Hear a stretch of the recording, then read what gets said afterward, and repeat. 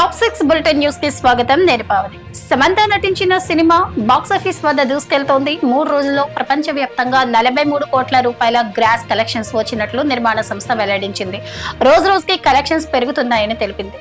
కాగా family cinema కావడంతో మహిళలు ఎక్కువగా ఇంట్రెస్ట్ చూపిస్తున్నట్లు సమాచారం.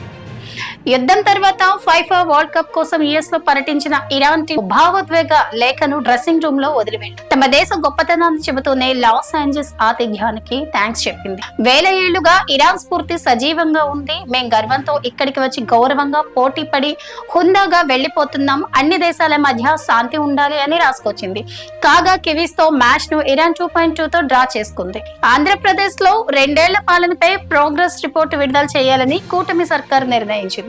అభివృద్ధి, ఆర్థిక రంగం, సుపరిపాలన, సంక్షేమంపై సీఎం చంద్రబాబు నాయుడు పోలవరం, అమరావతి, విద్యుత్, శాంతి భద్రతలు, మైనింగ్, ఎక్సైజ్ రంగాలపై మంత్రులు నివేదికలను ప్రకటిస్తారు. నేడు ఎలక్ట్రిసిటీపై మంత్రి రవికుమార్ రిపోర్ట్ రిలీజ్ చేస్తారు. జూలై 18 నాటికి అన్ని నివేదికలను బుక్ రూపంలో తీసుకురానున్నారు. ఇరాన్ తో యుద్ధంలో యుఎస్ నష్టపోయిందన్న వార్తలను ట్రంప్ ఖండించారు. 4 నెలల యుద్ధం తర్వాత ఏం మారింది?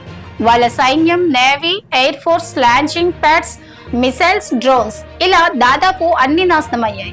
వారి టాప్ 2 లీడర్లు హతమయ్యారు. ద్రవ్యోల్బణం 250% కి చేరింది. ఆర్థిక వ్యవస్థ కుప్పకూలింది.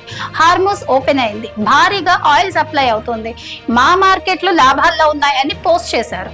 ఇక మేధావులు ఊహించిందే నిజమవుతోంది. ఉద్యోగుల స్థానాన్ని రోబోట్లు, ఏఐ ఆక్రమిస్తున్నాయి. తాజాగా అమెరికాకు చెందిన జనరల్ మోటార్స్ కంపెనీ 1000కి పైగా ఉద్యోగులను తొలగించింది.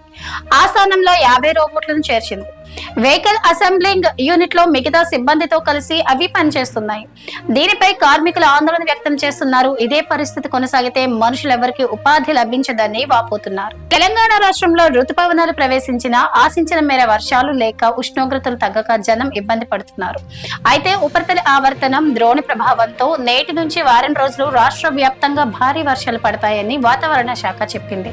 గంటకు 40 నుంచి 50 కిలోమీటర్ల వేగంతో ఈదురుగాలులు వీస్తాయంది. ఉష్ణోగ్రతలు కూడా 2 నుంచి 5 డిగ్రీల మేర తగ్గుతాయని తెలిపింది.